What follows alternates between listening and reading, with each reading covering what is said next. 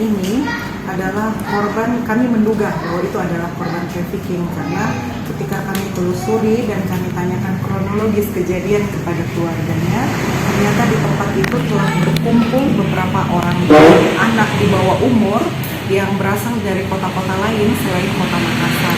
Jadi kemungkinan besar ini memang motifnya adalah trafficking karena sempat anak ini akan dibawa ke Sidrap tapi digagalkan oleh pihak keluarganya. Sementara luka-luka sendiri bagaimana?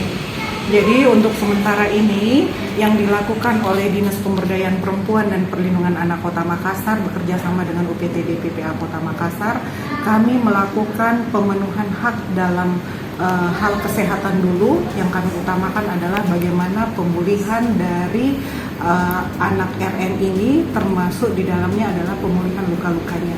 Jadi sementara kami lakukan pendampingan ke Rumah Sakit Daya untuk melakukan pengobatan.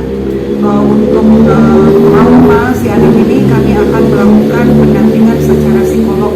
Nanti akan kami dibantu oleh tim psikolog UPTD PPA Kota Makassar.